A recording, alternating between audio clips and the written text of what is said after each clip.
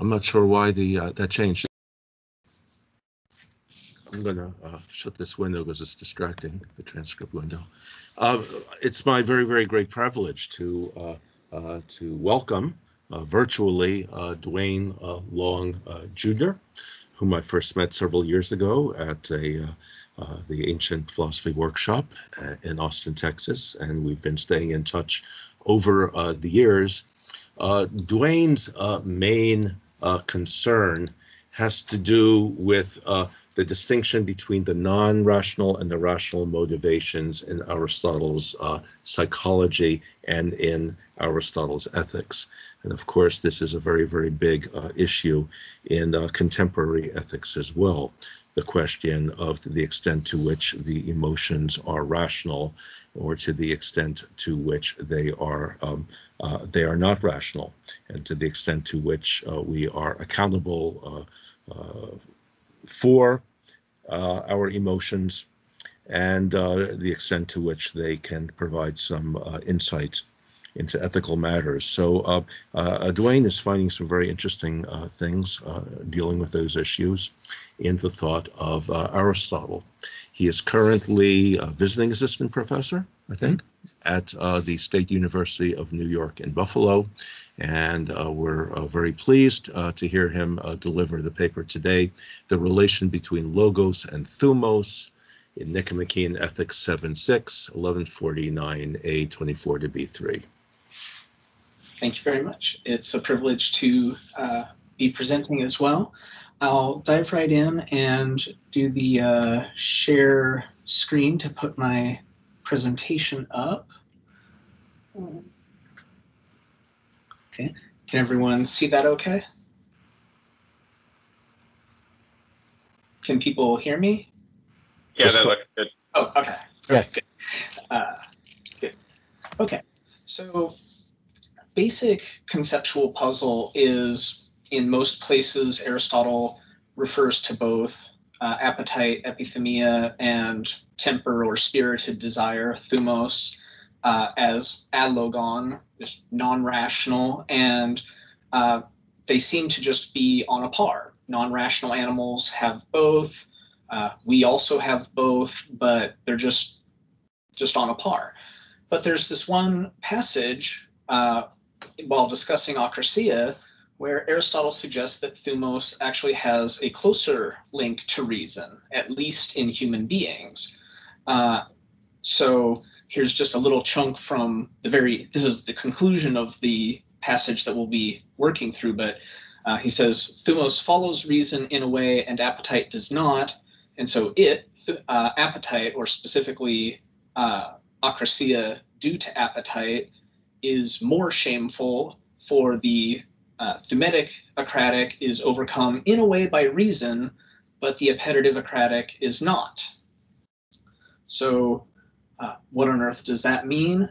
Anytime you see "in a way" in Aristotle, there's probably a paper to be mined.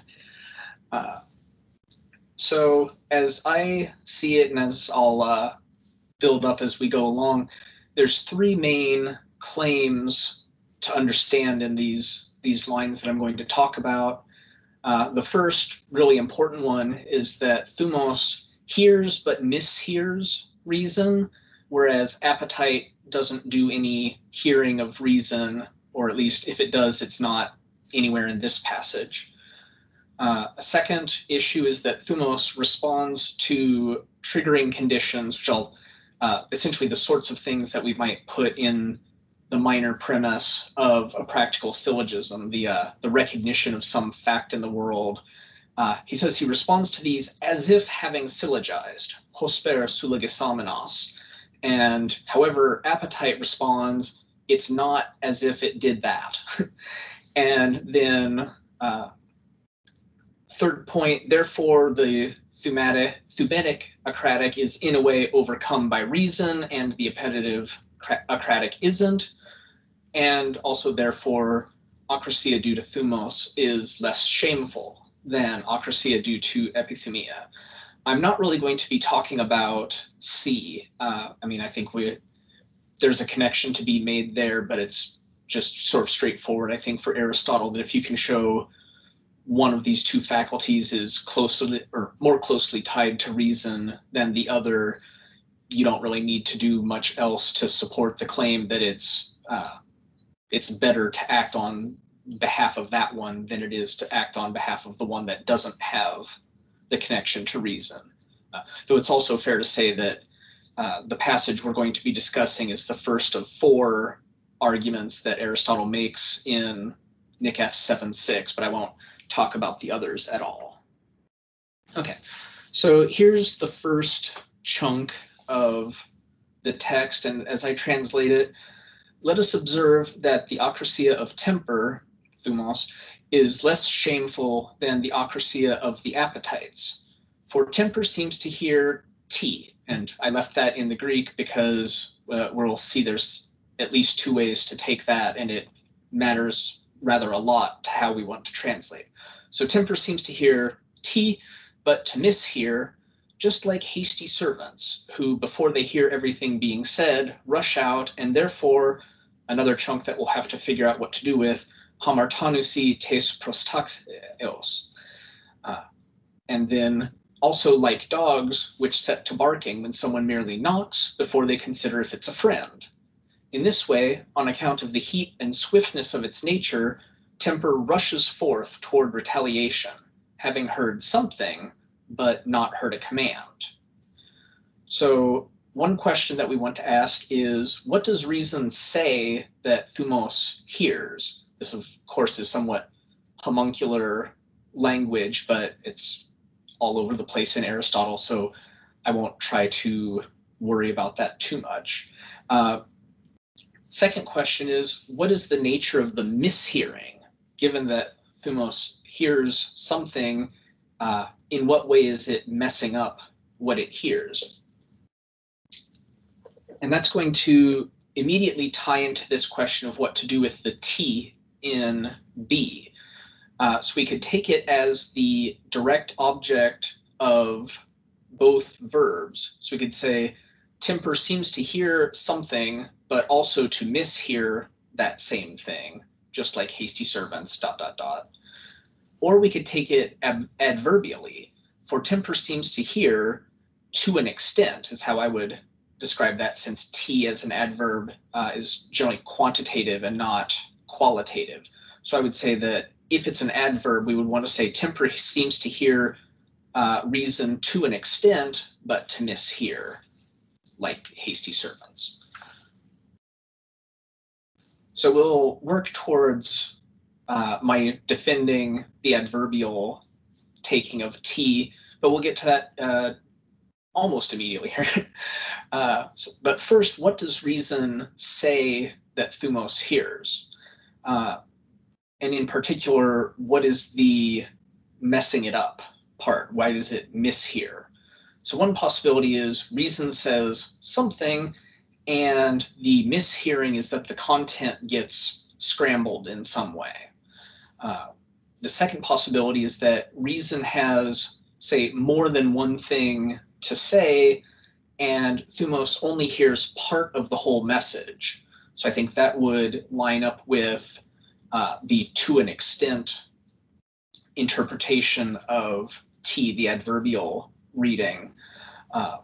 The idea here would be that reason had an extended something that it was going to communicate and only part of it got through, but there's no assumption that what did get through also got scrambled. We could hold that Thumos heard what was said up to that point just fine, but then it messed up in not hearing the whole thing. So those are, again, the direct object reading and the adverbial reading.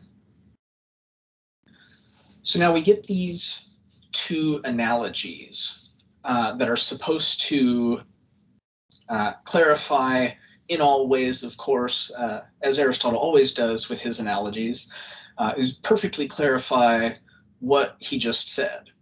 So the first of the 2 analogies is these hasty servants. They run off when the master starts speaking before they hear everything being said.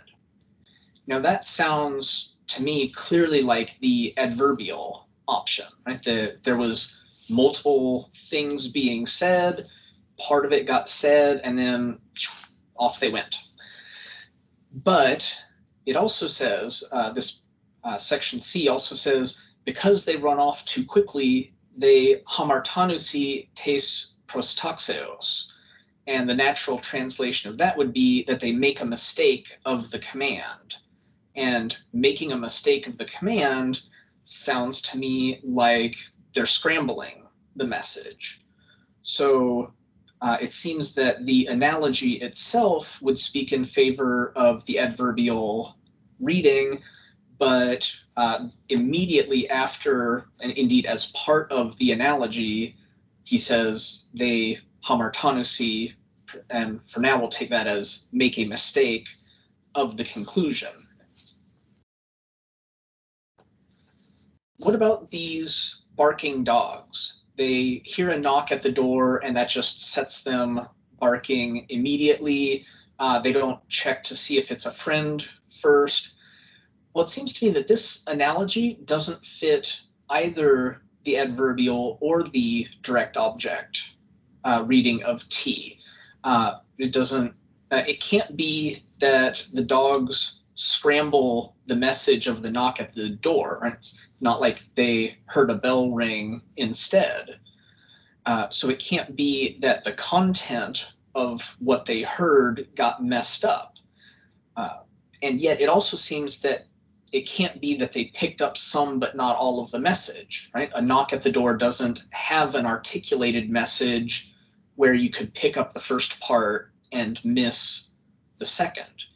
So this analogy, I would suggest, is doing something a bit different. But insofar as it seems like it's supposed to illustrate how we take this hears reason T but mishears it, it's really not helpful. It's actively unhelpful. So Giles Pearson offers a solution to this passage and how to take the hears but mishears. And that's that he says reason expresses its entire message, but Thumos only hears part of it. So the hasty servants, for instance, get a command like, but only when you've heard the whole command. And the barking dogs, the full command that they would get is bark when there's a knock at the door, but only if it's not a friend. And then we can similarly imagine reason saying to Thumos, retaliate against slights, but only if you're sure that it was actually a slight, or retaliate when affronted, but only if, and we fill in some further conditions. I don't think that Pearson's solution is going to work for us. With respect to the servants example, it seems to me, though I'll need to fill this out a little, that you can't obey a command you don't fully hear.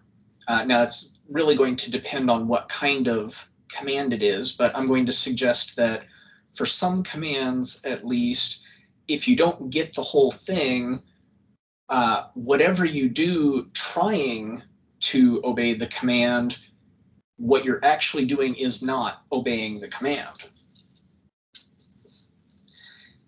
Meanwhile, the barking dogs example seems to me even more of a problem for Pearson, because in the analogy, what's supposed to stand in for what reason says and temper hears, it would be the knock at the door. But he wants the full command to be bark when there's a knock at the door, but only if it's not a friend. And that would be some kind of standing order given prior to the time at which the triggering cognition occurs that sets Thumos off and running. But if that's what it's supposed to be, first off, that's a complete breakdown with the hasty servants example. At that point, the two analogies would be doing completely different things and pointing in completely opposite directions. But also, if the dogs were given the command in the past, why would they only hear a part of it? Or for that matter, why would they hear a scrambled up version of it? There's all the time in the world when you're training your dogs to teach them bark at this, but not at that. Whereas if the command is the knock itself, that makes sense of the sudden response, but then it doesn't fit this idea of a standing order at all. But wait, you might say, indeed, I said to myself when writing this, what do I mean that you can't obey part of a command? Isn't that just my possibility too, that Thumos hears some of what reason has to say, but not the whole thing? And first response is, no, it's not necessarily my position that that the hears but mishears, if it's hears only part of what reason says, that would only be hearing part of the command, because my possibility too is just that reason starts expressing something complex and Thumos only hears part of the complex. But there's no commitment on my part to it being a command that is expressed. For that matter, it's not any commitment of mine either that the part heard or that the part not heard is a command, though eventually I'll commit myself to it being the command part that reason doesn't get a chance to articulate. But in any case, what comes up to the point that Thumos runs off, that is not going to be command at all. But if you're still worried about this, there's another response that one might give, which is that there's two ways, or at least two ways, to give an extended command. So you could have a conjunctive command, do A and B, and the person you're commanding only hears the do A part. Well, if they hear you say do A, and they do in fact go and do A, then I think it's fair to say that they were trying to follow your order and they really did follow part of your order. But if your command is instead a conditional or restrictive order, like do A if B, or do A unless B, and they only hear do A, then I think they just haven't actually gotten the command at all. That the chunk of language they got is not really the command, or it's not properly called a part of the command, because what's taken out has changed the content itself. But Pearson's examples are conditional. And if I'm right that you can't follow a conditional command if you don't hear the condition, then that's just going to be a breakdown for his solution as well. So I think, unfortunately, we have to reject Pearson's solution. Carlos Natali offers another solution that I thought we might want to consider. Now, this is from the Symposium Aristotelicum on Nick S7 from 2009. He takes the scrambled message option to be the only option. He doesn't, as far as I can see, notice that there could be this here's part of it and then just misses part of it. But he covers 14 different authors taking some version of the scrambled message option and defends one particular version. So you could think that reason makes a factual statement and temper hears an order. You could think that reason gives an order and Thumos scrambles it. You could think that reason gives an order and Thumos hears something else. He doesn't really say what that might be, but we might think maybe a factual statement. Natali, I think, gives good reasons for rejecting 2 and 3, and I'm not going to go through all of those. I'll just say that he thinks version 1 here is correct, that reason makes a factual statement, but he thinks that Thumos hears an order in that factual statement. I think that can't possibly be right, because just a little bit further on than we have translated, the text says, temper rushes forth towards retaliation, having heard something, but not a command. Uk epitagma de accusas. So any of the versions that have it where Thumos hears an order, scrambled or not, I think are just ruled out by the text. So my solution is reason doesn't give an order, and for that matter, Thumos doesn't hear an order. The T in B should be taken adverbially to mean to an extent, or we could even translate it up to a point. And so part B says that, in effect, that Thumos hears all of what reason says up to the point it rushes off, and it hears that part correctly, but the error that it makes is in rushing off before reason gets to the conclusion. Now, that, as we saw, runs into this problem of, in the hasty servants analogy, Aristotle saying that the hasty servants hamartanusi tes prostaxeos, and the natural reading of that would be to make an error of the conclusion. But I would point out that hamartanein can also mean to lack, with the genitive to lack X. So the hasty servants example could mean that the hasty servants rush off lacking the command. So here we might think the master is saying, my drink is finished, come take the glass. But the servant only hears, my drink is finished, and they just immediately run off to get another drink. And for better or worse, the master didn't actually want another drink. That is wholly distinct from scrambling, screwing up something that it did hear, so scrambling the order. It's that they just don't get the order at all. In some way, the servant fills in or jumps to some kind of a conclusion of its own, rather than waiting for the master, who would be the analog to reason, actually finishing what they're saying.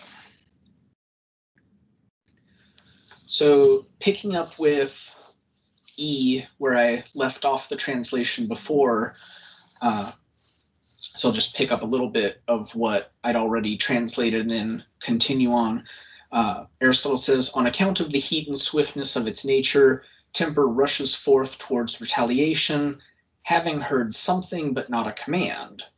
For reason or appearance revealed that an affront or a belittling occurred, and it, temper, as if having syllogized that one should go to war with such a person, that is, a belittler, straightway temper becomes aggrieved.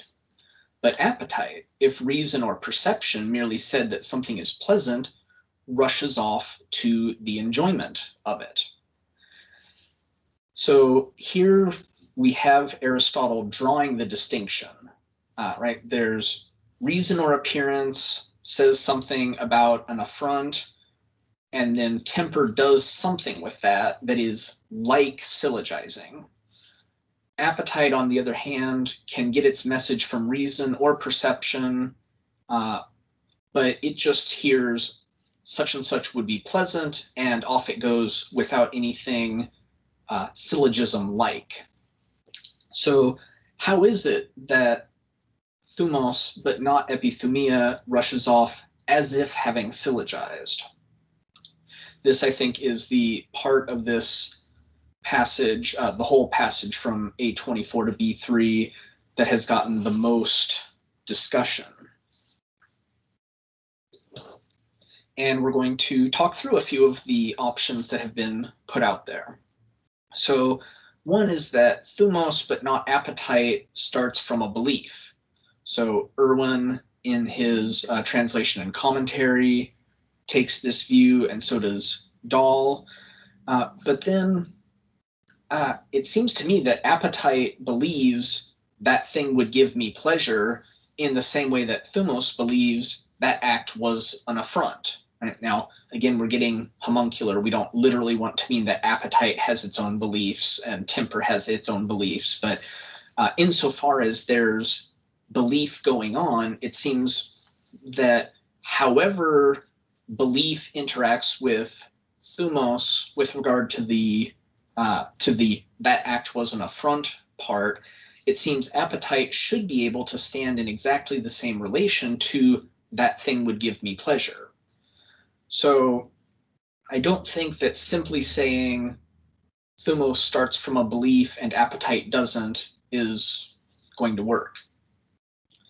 But we could revise this slightly and say that it's that Thumos starts from a belief about the rightness of the response. And appetite, whatever belief it starts out from, is not a belief about rightness. So again, Irwin suggests this, and Grant explicitly takes this position as well. But again, I think there are counterexamples here. So imagine a very principled pacifist whose beliefs about right and wrong very strongly speak in favor of non-aggression. And yet something happens to them on one particular day that just hits them the wrong way, and completely uncharacteristically, they nevertheless rise up in anger for a moment. They get aggressive and retaliate. Well, it seems like that's Thumos rearing up, rushing off to retaliate, but it doesn't ground in any belief that this principled pacifist holds. So it seems that Thumos can respond without belief in the rightness of its responding that way. And on the other hand, you could also have a principled gourmand. So someone who really, I don't know, maybe Andrew Zimmern or something is like this, that whatever it is, I'll always try it twice. So the principled gourmand really has a value system that is committed to trying foods. They want to eat lots of different kinds of foods. Still, it seems to me possible that they could have a sort of impetuous, sudden response from appetite at seeing something where they don't really have time for reason to weigh in and say, oh, yes, this accords with our preferences or our beliefs about what's right. He just snatches up the sweet and pops it in his mouth. So if that's a possible case, then not only could you have Thumos without belief about rightness, but you could have appetitive acrasia with belief about rightness. It's just that that belief didn't play the role that belief normally plays. Either way, both of those would break apart this connection that Irwin and Grant suggest should be there. Another view that's gotten a lot of mileage in the literature is that it's not a belief, but something like a general moral principle, or John Cooper calls this an outlook, that's in play that Thumos shares with reason and appetite does not. So here's a quick bit of Cooper saying, the crucial premise supplied to Thumos by reason is the presupposed evaluative proposition that insults and slights are bad and offensive things, normally to be resisted or retaliated against, because they represent a disregard for the value of one's own person that no self-respecting person can share. He goes on, nothing similar happens in appetitive acrasia. The liking for pleasure is not derived from or even shared by reason. Now, two problems, I think, for Cooper's account is, one, he really makes it sound like Thumos itself does the reasoning. He seems to be aware that that would not be a good thing to say, but he really does say that temper does some putting together of this shared outlook that it shares with reason, and factual information about a slight that has just happened. And he says he puts those together, quote, so as to reach the conclusion that it is right to fight back. That sounds an awful lot like Thumos is actually doing its own reasoning, and that is definitely not something we want to attribute to Aristotle, I think.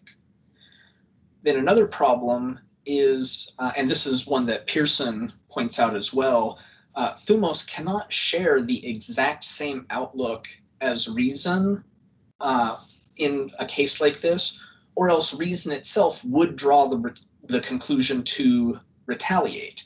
So Cooper flat out says that reason doesn't actually hold the exact same evaluative outlook as Thumos.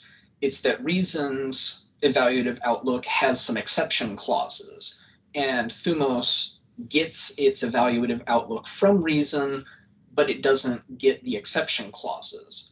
But then if it doesn't get the exception clauses, then it really doesn't have the exact same outlook. And then the breakdown, or there's a breakdown with this contrast with appetite.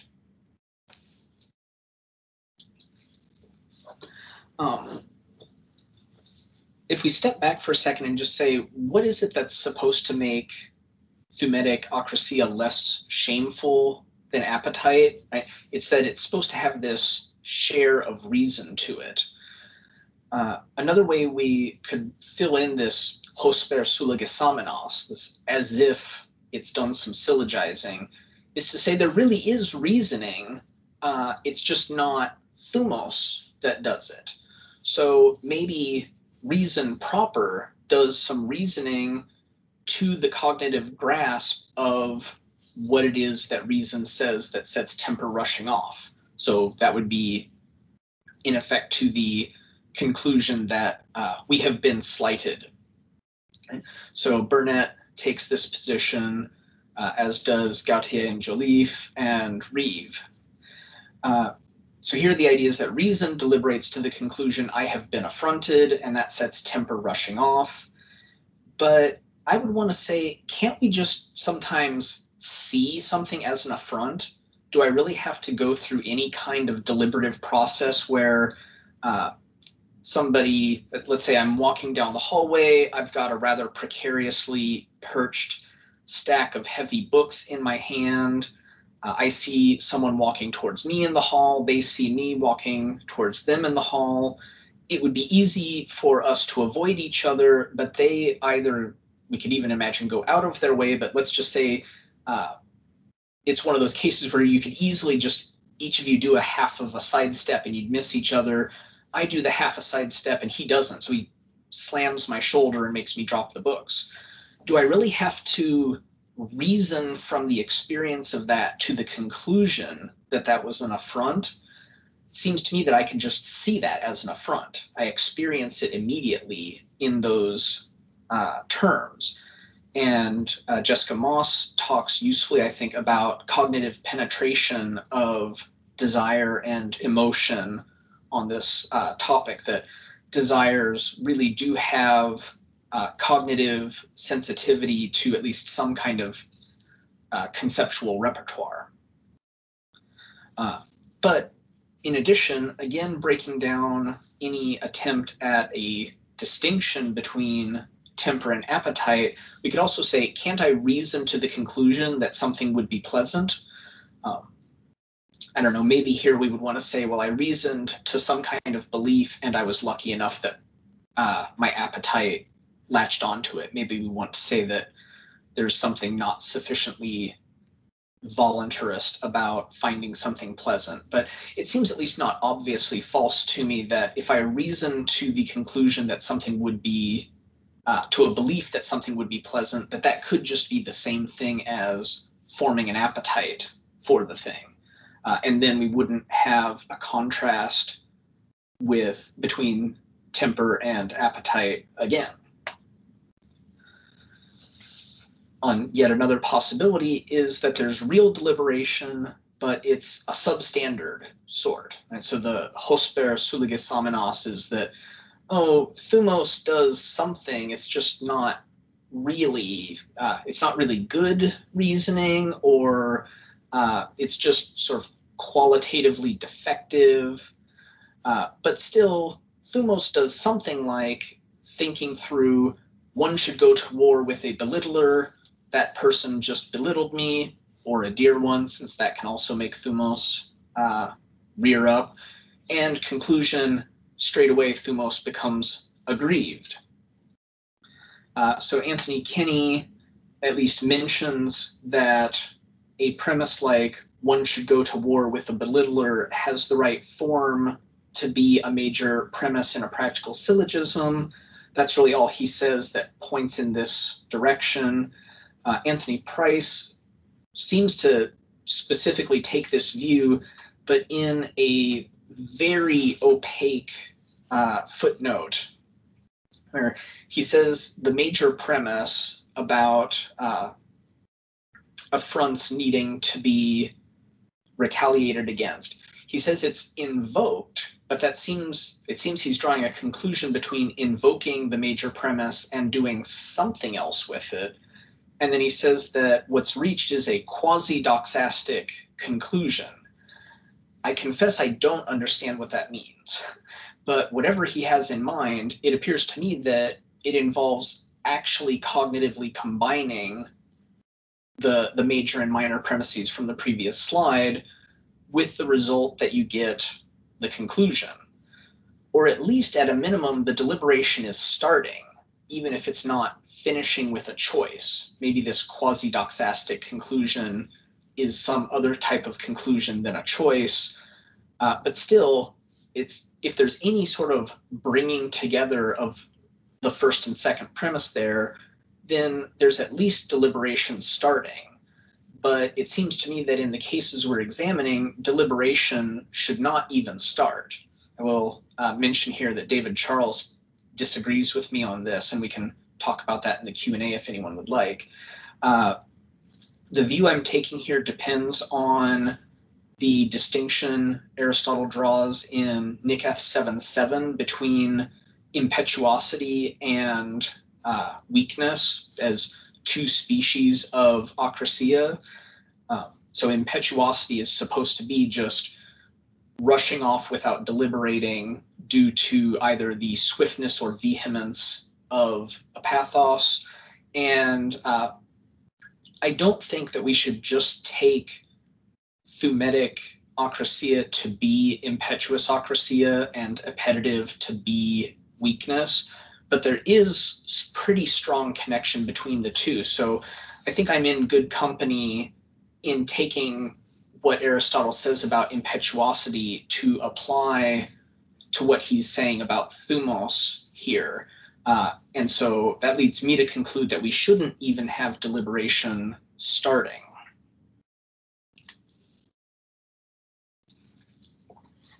Okay, so instead of looking at the as if having syllogized part, I want to look at a slightly different chunk, which is the part about what's cognized in the case of thumos as opposed to epithumia. So thumos responds to the cognizing of something as an affront or a belittling, while appetite responds to the cognizing of something as pleasant. Is there a difference between these two things? And if so, what is it? Well, I think we can get the tools for saying, yes, there is a difference, and it's an important difference, by briefly looking at a chunk from Nicath 7:3. And I'll hurry through this a bit. So after talking about how we can have two different major premises going on, and we only put one together with the minor premise, and that's how normal acrasia occurs, Aristotle says, thus it turns out that one is made acratic in a way by a rational thought, i.e. a belief not opposed to right reason in itself, but incidentally, for it is the appetite that is opposed to right reason, not the belief.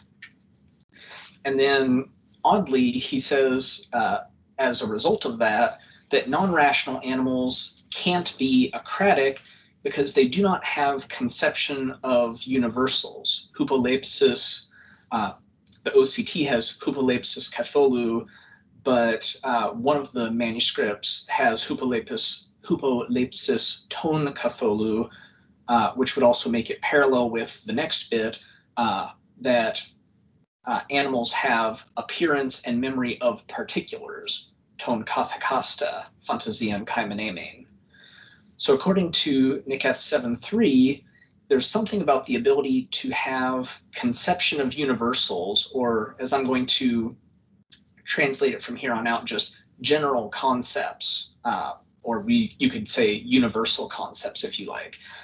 Something about that is a necessary condition for even being the kind of creature that could be acratic. This caught my eye and made me think that maybe there's a reliance on general concepts that's similarly important to distinguishing temper and appetite. So my suggestion really for making sense of this hosper sulogesamenos line is that in fully functioning humans, temper is triggered by cognitions that use general concepts, things that are conceptually sophisticated in a way that the triggering condition for appetite is not. Appetite is just triggered by particulars, like, for instance, the perception that that thing over there is sweet. You could take a strong version of this and say that in fully functioning adult humans, temper is only ever triggered by cognitions using general concepts, and appetite is only ever triggered by cognition of particulars. That would get Aristotle the strongest distinction between temper and appetite. There's a moderate and a weak version as well, but I'm going to move on. I'll leave it with the strong version as tentatively my position. I confess I'm actually myself going back and forth between the strong and the moderate versions. But anyway. So the things that our passage in 7.6 that it tells us trigger Thumos are affronts and belittlings. And it seems to me these are complex concepts that plausibly require general conception. The Hupolepsis Catholu or Hupolepsis Tone Catholu. Appetite, meanwhile, just rears up at pleasure. And that we at least can say is just the same in humans as it is in non-human animals.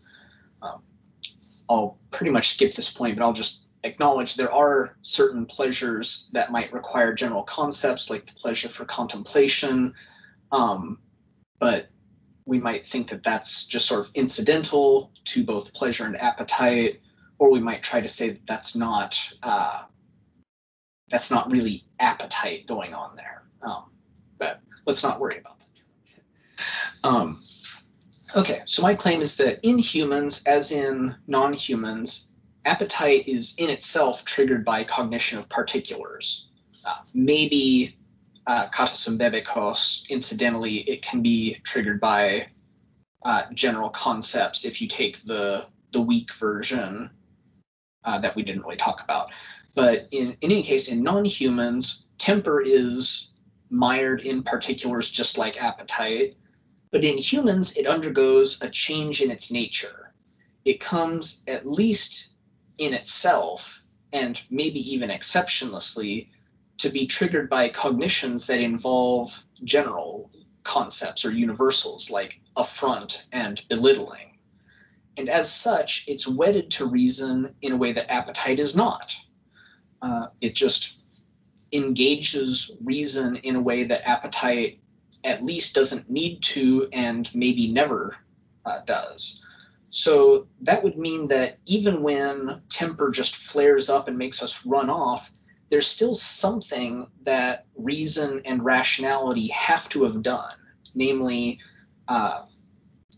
inserted the kind of rational sophistication needed to grasp universals or general concepts. Now, if that's the crucial difference, then how is this having syllogized, or as if having syllogized?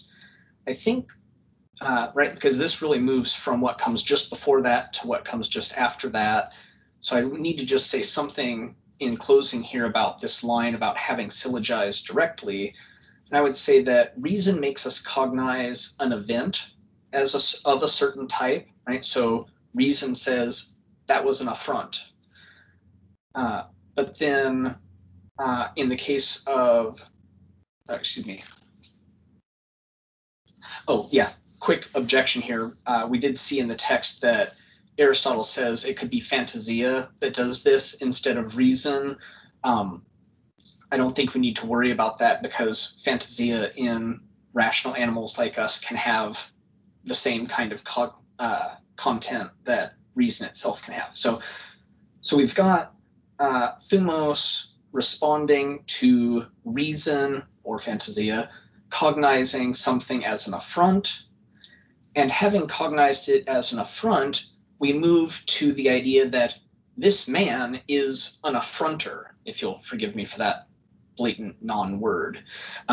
This is one who has affronted. So we take a general concept and move it from the triggering condition, the event of being affronted, and we apply it to a new particular, namely the person that did the thing, rather than the event, the thing itself. With appetite, we normally just perceive the thing as pleasant and we respond. There's either no new predicating, or at least there's no intrinsic need to predicate anything new of anything else. And if in those cases where maybe katas and bebekos, there's some kind of predicating going on, we might still say that's not going to use general concepts. So the important part for understanding the as if having syllogized, I think, is actually the with such a person, right? So he says, it's as if temper has syllogized that one should go to war with such a person. I think the with such a person is really the quasi-conclusion of the as if having syllogized, because that's where we get application of the general concepts of affronting and belittling moving to the offending person, and that's quasi-syllogistic. And nothing like that happens with appetite. Then there's the sort of practical syllogism that we could apply more generally, where we say something like, this man is an affronter, affronters must be fought with, straight away I fight him. This is where people have gotten so hung up, because they're trying to make that kind of practical syllogism work differently for temper than it does for appetite, but it doesn't. It works just the same as an appetitive practical syllogism, like the cake is pleasant, the pleasant is to be enjoyed, so straight away I eat the cake. My claim is that by the time we get to comparing those two syllogisms, we've already integrated what's distinct about temper as opposed to appetite. And so we've really been looking in the wrong place all the time. Okay, so I will see now if I can figure out how to stop sharing. All right, am I back? Great. Okay, so that was my attempt to make sense of this passage. And are we going to move to questions now, Owen? Oh, I can't hear you. I don't know if my... I think we are. Okay, great. So we're a small group. I don't think we need to use the raise hand function. I think we can just speak up. So I've got a couple of questions, but I'd like to have others go first if there are others who would like to share their thoughts. I guess not. Okay, I like the direction that you're going. A couple of observations. First of all, remember when Aristotle's talking about sophrosune, he says that sophrosune, in the strict sense, deals with the pleasures of the sense of touch, namely eating, drinking, and sex, and that there might be a more extended sense in which we're dealing with other pleasures. So I would imagine that when he's talking about akrasia, he's talking about those pleasures, and that it's not. And I think that that ties in with your account that they really don't involve a logos, where in the same way that Thumos does. If one is feeling intense bodily desires, they just sort of hit one and are liable to short circuit whatever kinds of deliberations are involved. But they're not just contemplation, but I can think of a few weeks ago, I was ready to buy another guitar, and I had allotted $1,200. And I walked out buying a $2,200 guitar. So that was clearly a case of akrasia, but there was a lot of conceptual stuff going on there. And I don't, even though it had to deal with desire, I don't think that's the kind of thing that he's talking about.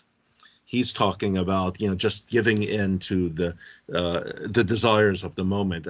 So my first question is, would you agree with that it's not so much that the faculty of desire in and of itself doesn't lack cognition, but he's thinking of those kinds of desires that we most have in mind when we're thinking of akrasia or incontinence? I think it would make my case or my task easier if he's only talking about specifically the food, drink, and sex type of desires. But 7.6 does come after 7.4, which is where he specifically talks about the extended qualified sense of akrasia and says, here's the other kinds of kata metaphoron, or maybe a little bit stronger than that, but extended sense forms of akrasia. So for things like wealth and honor. Mm-hmm. So I'm inclined to just being a bit in doubt about it, I'm inclined to make my job a little bit harder and assume that we should keep it open to the full range of appetites, anything where we're pursuing pleasure, at least as such, and not just the bodily pleasures. If it turns out that it is just the bodily pleasures, then I think it's an even easier case for me to draw the distinction. But yeah, I want to keep the others in there and hopefully still make my case. Okay, but that would seem to involve a lot of conceptual stuff that could potentially be involved in the desire. That would, and so I'm worried that your argument might not go through. The akrasia of those of us who walk out of used bookstores with our wallet much emptier doesn't seem to be any more disgraceful than the akrasia of somebody who just flies off the handle when somebody looks at them the wrong way. So I'm just not sure that one could. How you would put that together, but maybe my second question would help in this regard. I understand that your reasoning for taking the T to be adverbial, mm-hmm. T to logo instead of having a piece of the logos, but you've been understanding logos as command, that is to say, the conclusion of the practical syllogism, but couldn't it be logos simply be the minor premise of the practical syllogism? That is to say, I am getting part of the story. This is a really sweet sounding guitar, but I'm not getting the other part of the story, namely, I can't afford it. So there's that would tie in with Aristotle's syllogistic account of akrasia in terms of the cake and the pleasant and so forth. You're getting one premise, but you're not getting the other premise. So in that case, the logos is going to be the premise. It's not going to be the conclusion. And if you go that way, it seems like it could be in line with your analysis, but I would understand T as something. I'm getting part of the story, not the whole thing. So I was wondering what your response to that would be. Yeah. So early on in so part B of the overall passage where he says reason says and temper hears but mishears, I was taking that to be the faculty of reason. Okay. And then what reason expresses, is the thing that we would want to put in the position of the minor premise. So it's the factual, what I called a triggering cognition, right? The realization of something. What I was imagining is that reason, if allowed to do its thing, would move from the triggering cognition into a course of deliberation that reaches a conclusion about how to act.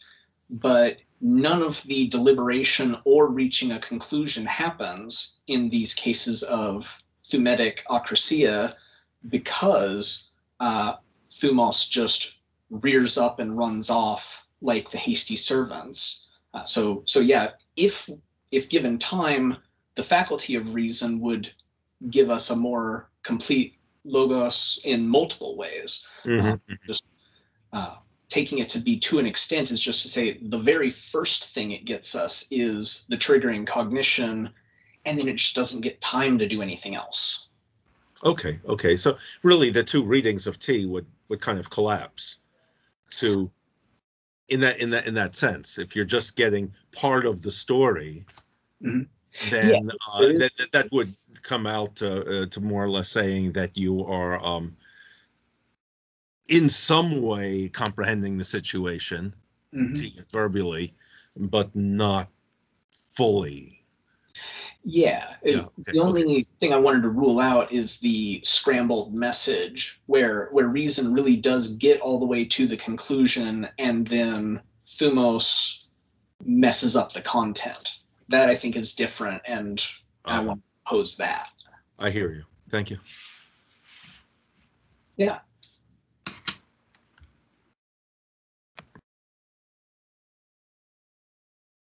Sorry, I couldn't find the button for a second. The screen changed. Yeah, I had similar thoughts on this particular aspect when you were presenting. So I wanted to kind of piggyback on this last part that Dr. Golden was just running with. But in terms of, it's not so much a scrambling of the message, so they've heard part of it, but almost like we're talking past one another, or we're misconstruing the information, or someone is using a term which is a loaded term, and as a result, I then run off in a completely different direction. And I could bring in some examples from just contemporary political discourse, but if I was to use certain terms, whether that's innocently or on purpose, and you have a loaded conception as to what that term means, suddenly you have a whole host of thoughts about who I am as a person, what I believe, so on and so forth. And so part of me wonders if that could be a way to at least understand the dogs, or, it's something with the effect of, you're trying to explain a position on something. I hear a term, and now I think I know what you mean, and I just completely tune out the rest of what you say, and I run off in a completely different direction. You were triggered, as the saying goes. I didn't want to use that term in light of, but yeah, there's almost like a play on words there, right? That the triggering is literally a triggering if we have it in our contemporary language. So it's not so much that I've scrambled the message, but I've almost read into the message, or I've brought my own, ratio, my own logos into it. Yeah. So that could be read the way Cooper talks about sharing a general evaluative outlook. So you might think Thumos has its own evaluative outlook. And I actually think it does, in a sense, that philosophers wiggle term, in a sense, have its own evaluative outlook. And I like this idea of loaded terms, right? Because I take it that in animals, in non-rational animals, Thumos is just the thing we invoke when they respond with aggression rather than flight to the infliction of pain. Right? Appetite feels pain and says, get away from it. But Aristotle sees that some animals, in a sense, pursue. You give them pain and they rush towards you. So in other animals, it's just return pain for pain, and that's as simple as it gets. I like this idea that Thumos in humans has a richer or more loaded evaluative outlook, such that things like affronts and belittlings are what it's specifically those kinds of pains that it aggresses at. So I'm not sure if the best way to integrate that into my view would be as an alternative or as an expansion on what I've got. Did you feel like this was something that I was off target, or? I don't know that I would say off target. It was just a reading that when I read the text, that was kind of my initial impression. So I at least wanted to offer it because it would tie it to the notion of logos insofar as you add some kind of signification, behind the term. But it's more of a miscommunication as opposed to a scrambling. It's you're using a term in one way, I'm using it in another way, and I fly off the handle because I think you're using it in a way that I find is offensive. So it still runs with the text, but it's more of it's not that I'm scrambling the message or I'm not hearing the whole message. It's that I'm bringing my own meaning, my own logos to the message, and I'm taking an offense when I shouldn't be. Okay, thank you. Yeah, that's good.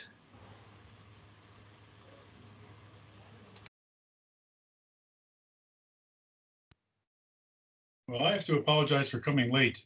I thought something was called off, but it turned out my computer just needed to be rebooted. So my apologies.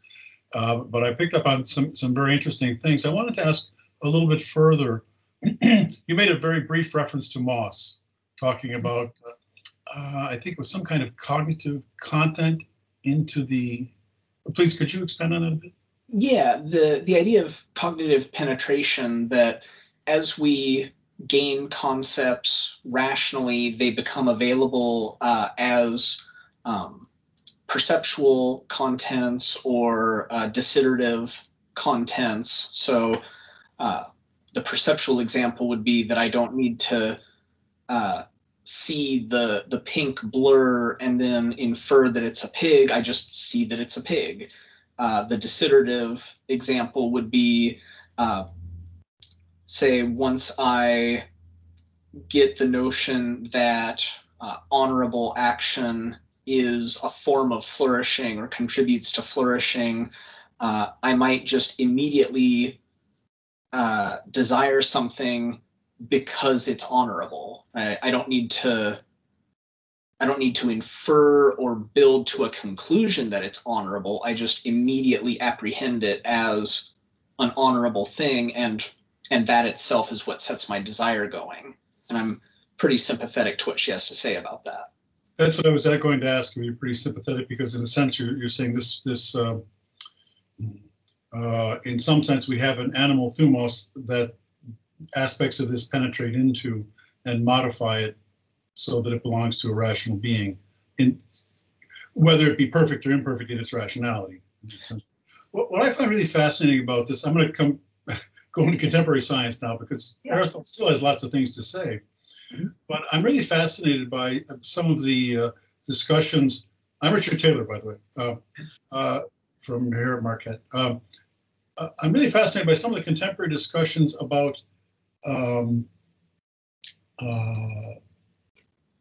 the way we are not, the way the issue of the brain in a vat does not make sense, because the brain includes our spinal cord and many other things, and even the gut's biome. And it's quite, I mean, it's a really interesting challenge. I mean, the thing about the spinal cord, I believe it's with regard to snakes, that if we're jogging down the path and suddenly there's a snake, before our brain can say, hey, there's a snake, we've jumped out of the way. This is really fascinating. And it challenges the various kinds of categories that traditionally we've had of philosophical distinctions, that kind of thing. But it's sort of in accord with what you were saying. Yeah, I like that example quite a bit, because it seems like it's got to be the perceptual faculty that's seeing it as a snake. And then it seems that before we, as you said, before we're even aware, before we even cognize the presence, we're responding. What's really interesting to me is whether that's even a voluntary action for Aristotle or not, because there might be, you might not know the particulars. Now, if that's the right way of reading him, then I think he doesn't have enough boxes, right? We need chosen action, we need voluntary action, that's a wider box, and then we need something to get this other case. If we don't go that way, then we say it's a voluntary action but not a chosen action. Still, I think you're right that it's a, sorry, another pun, a pretty reptilian part of our brain. It's not the higher functions that are cognizing this thing before we're already moving. So I quite like that idea. Well, those of us who didn't jump and inherit that gene, they're not here anymore. Right. Thank you. Just so, yeah. Could I jump on that a bit? I'm trying to think about virtue and other kinds of hexes, and so we're dealing not with the case of akrasia, but with the case of sophrosune, because presumably the person with sophrosune is going to be seeing the piece of cake, or the glass of drink in a different way from the person who does not have the appropriate virtue. And so I'd like to go back to this idea that there is conceptual content involved in thumos that there is not in appetite. That certainly seems to be the case insofar as there does seem to need to be some cognitive processing in order to recognize insult and stature that there's not when a chicken leg smells really, really good and your stomach starts grumbling. But wouldn't virtue, insofar as it is rational virtue, be interpenetrated with logos? And so wouldn't it be the case that the temperate person will perceive the chicken leg via general concepts? And it's going to be the one who doesn't perceive the chicken leg via general concepts is not going to be the acratic, but the intemperate one, who simply doesn't think that there's anything wrong with being a glutton. So I'm wondering, to what extent will it be the case that the acratic does not does not have desires involving general concepts? Because it would seem to be the case that the acratic would in fact perceive the chicken leg as too much food, or I shouldn't eat this, or that is to say, there is the habituation that leads to seeing the particular as falling under a universal. It's just that the reasoning that would lead to shunning objects that fall under that universal is somehow short-circuited. I mean, this is the whole problem that we have in making sense of the practical syllogism of the acratic. Where exactly do things fall apart? But the problem doesn't seem to be that the acratic doesn't have the concepts involved with the perception. That's why he or she's the acratic, is because they do. Good. Let me make a note here real quick.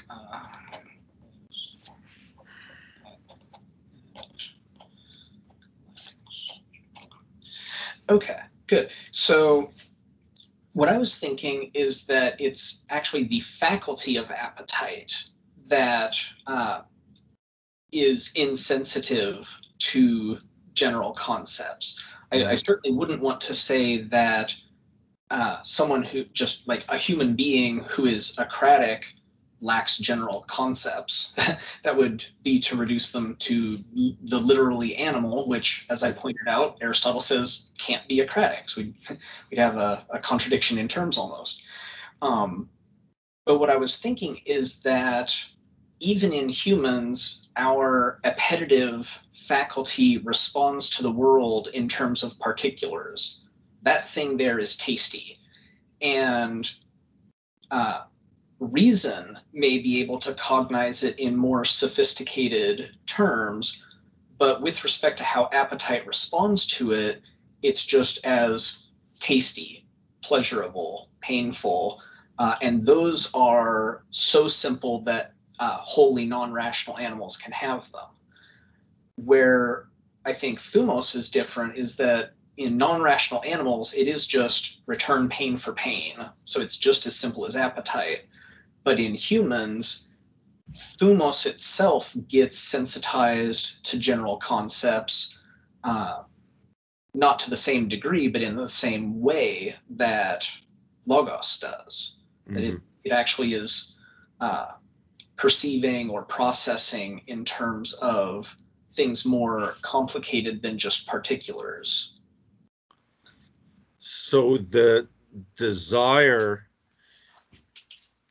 grasps the particular in an unconceptual way, but the rational agent, qua-rational agent, is not bringing the rationality to bear. So if I'm walking by a big a basket of potato chips and I just grab, if you were to ask me, I could certainly say this is fattening food. Fattening food is unhealthy. It's to be avoided.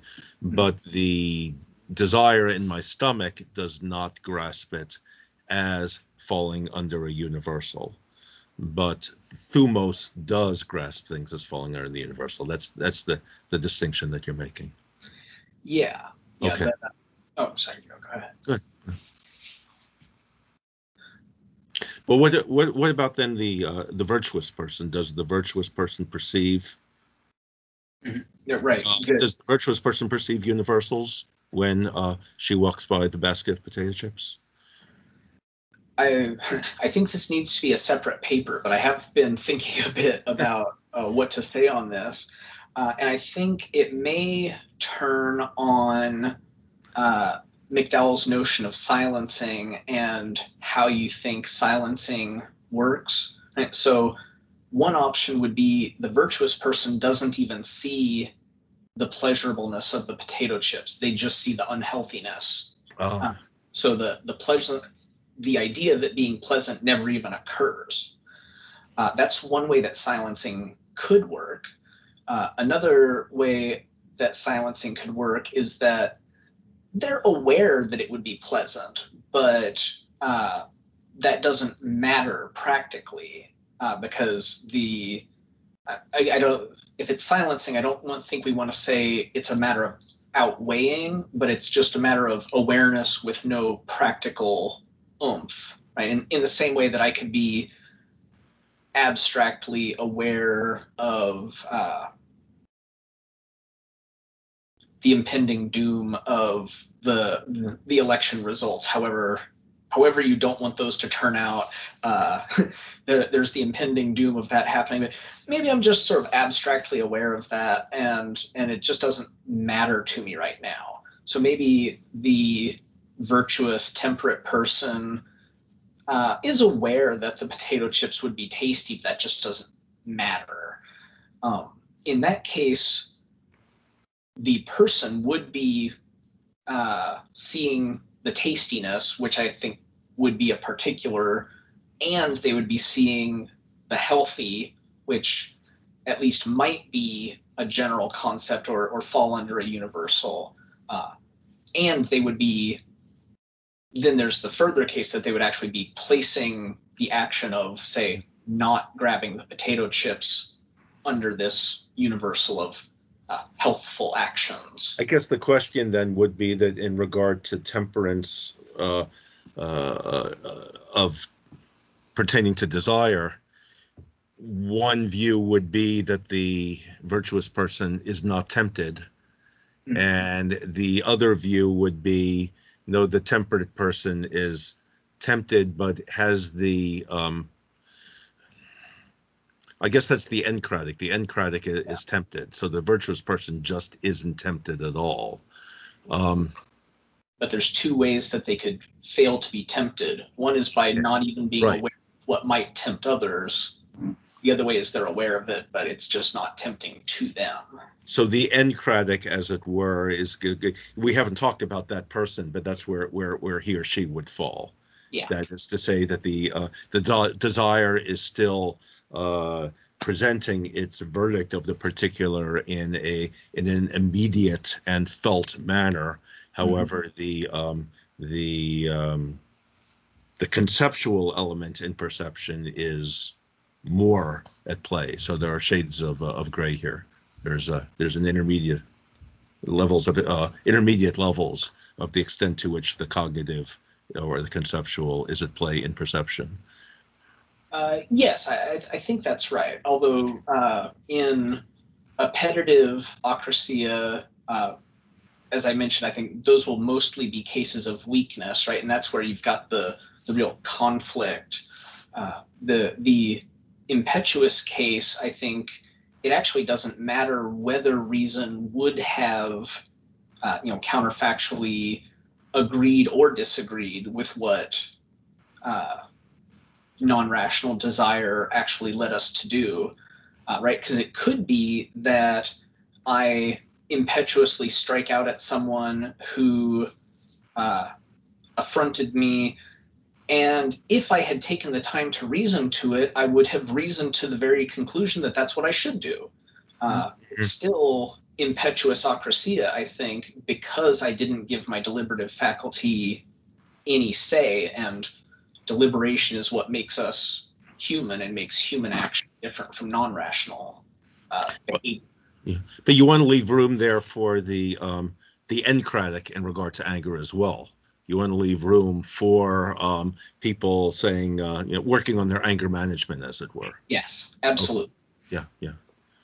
Yeah, and that's why I think it is a mistake, the people who just collapse the weakness, impetuosity distinction into the appetitive thumetic distinction. So Natali does this without even flagging that he opens out talking about acrasia to thumu, and then you literally flip the page. It just happens to be at the page break, and he's talking about impetuosity. So he's got to be just saying they're one for one lined up. I think that's not right, because we can have impetuous appetites, and we can have weakness with respect to our anger, where I say, no, let it go, it's not worth it, and then I've got to tell that guy off, right? Someone's wrong on the internet, and I need to set them straight with a scathing Facebook post. This sort of thing is really, really quite common, though. I can't help but think of the stages I went through from being a vicious smoker to even through many years recognizing that smoking was very pleasurable, and then finally reaching the point where I can't even imagine what I would do with that thing. I wouldn't smoke anything at all. So I've gone all the way over to the virtuous side, I think, in this sense. But those stages are there then. Each of those stages that Aristotle talks about in 7. Yes, yeah, absolutely. I think so. I'm just quite generally of the opinion that we should assume that if we can conceive of someone going through something psychologically, we should assume that they can, unless we have a strong reason why they can't. So I am not austere when it comes to my views on what can go on in our minds and what sort of complex setups. So the shading from virtuous to encratic to acratic to vicious, some of that Aristotle's making some sharp distinctions, but by and large, they're not really nice, neat buckets that everyone falls into exactly one. And for whatever it's worth, we also need to keep in mind the distinction between attributing acrasia, say, to a person and acrasia to an action, right? So I take it that even a virtuous person can be acratic. Maybe the ideal fully virtuous person can't, but even the virtuous person could have a very uncharacteristic sudden outburst. So the action would be acratic even though the person wasn't. So my only hesitation here is that, we recognize the spectrum, but you've been insisting that in the case of the acratic, the perception is of the particular. Mm-hmm. And so what happens in the encratic? Are there two perceptions? Or is there one understanding it under the rubric of the universal and the other one only as the particular? Or is there one perception that kind of has a conceptual element there? I mean, maybe there's no clearer way of understanding the mechanics of that. But getting clear on those shades of gray with the schemes he's giving us would be a trick. I do think that the encratics, since they have to be characterized in terms of conflict, I think we should say that there's the two perceptions going on, and the appetitive can just be mired in the particular, and then the rational or whatever the other conflicting side is, Mm-hmm. have more conceptual complexity. I see. And I did zip past the strong, moderate, weak version, but the weak version would have it that it's just kathauta, that temper uses general concepts and appetite uses particulars. We might say katasum bebekos, each of them can flip sides. I'm inclined to think, for reasons having nothing to do with this paper, that Aristotle really does think appetite, even in humans, is stuck at the level of particulars. But if I'm wrong about that, that's okay, at least for this paper. Duane, I have a little story for you. Yeah. Years ago, when I was a graduate student, I'm not going to mention the name of the person, but many years ago, when I was a graduate student, there was a professor who was cranky. He was just cranky. He gave his talk, and afterward, I waited politely, and a graduate student waiting politely and he's on the stage. I can still see him there, and he said something that, well, he had the character of a very aggressive, dominant person. So it fits in pretty well with something here. And he said to me at the time, "What do you want? Do you want me to write your dissertation for you?" And I paused for a moment, and then I entered a different reality of two human beings. And I said to him, "Who the hell do you think you're talking to?" And I changed the status completely, because my father took over in me, and I just came out. And this is what you had to do with that person. The next day, he was my best friend. Wanted to be. It's these emotions that we have and these attempts we make at the anger we have and that sort of thing is really amazing. Mm. But anyway, that's yeah. And for whatever it's right. So one analysis of what happened to you, right, would be that this was impulsivity, right? You're just temper flared up, and as it happened, it worked out well. But I also do think that deliberation can happen quite quickly.